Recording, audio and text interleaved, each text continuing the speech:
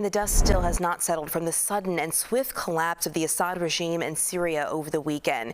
As the world watches and wonders what comes next for the nation, tens of millions of Syrians around the world are now celebrating the end of the Assad family's brutal rule. I'm joined now by Maya Atassi, the co-executive director of the Syrian Community Network. Maya, good morning, and thank you for joining us here on the show. Good morning. Thank you for having me. Your nonprofit supports Syrian immigrants and refugees here in Chicago and across the country. What's the general feeling for your community after this weekend's news, and what are your conversations like this week? A lot of the conversations have been centered around the sort of surprise, almost disbelief of the feeling in the moment.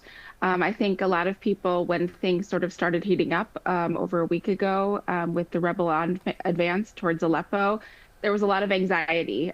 People saw what had happened the last time that people sort of tried to rise up against the Assad regime. And that was even just peaceful protests, let alone a rebellion that was actively trying to sort of move towards the capital. And so there was a lot of anxiety that the response would be swift, it would be brutal, just as it was 12 years ago.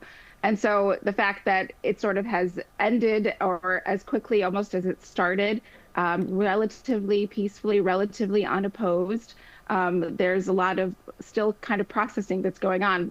I think no one is naive enough to recognize that the work ahead will be hard and long, but everyone right now is sort of taking the moment to celebrate. A lot of our community members, the families that we serve at SCN, we're trying to give them space to sort of reach out, let us know like specifically how they're feeling, share messages that whether they're comfortable sharing them publicly or even just internally with staff, that they have a place to sort of voice those feelings that they're feeling right now. Yeah, and what are your hopes and also fears for what a post-war Syria will look like? I think right now we're just holding on to all the hopes. I think that Syrians over the last 54 years have they've borne the brunt of what dictatorship and rule without any sort of voice from the people really looks like. And so I think that everyone is carrying those lessons with them right now as they move towards this reconciliation process and seeing and planning what the post-Assad future for Syria looks like. You can't really talk to any Syrian who doesn't either know somebody personally or know someone who knows somebody that was personally impacted by, whether it was Hafiz the father, Bashar the son, impacted in some way by the regime's brutal rule.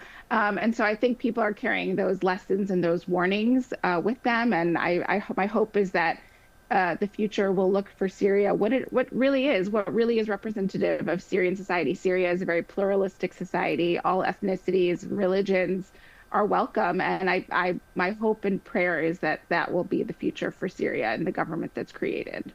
Maya, thank you so much from the Syrian Community Network. We appreciate you joining us here on the show and just sharing your thoughts as you said you continue to process this. Thank you.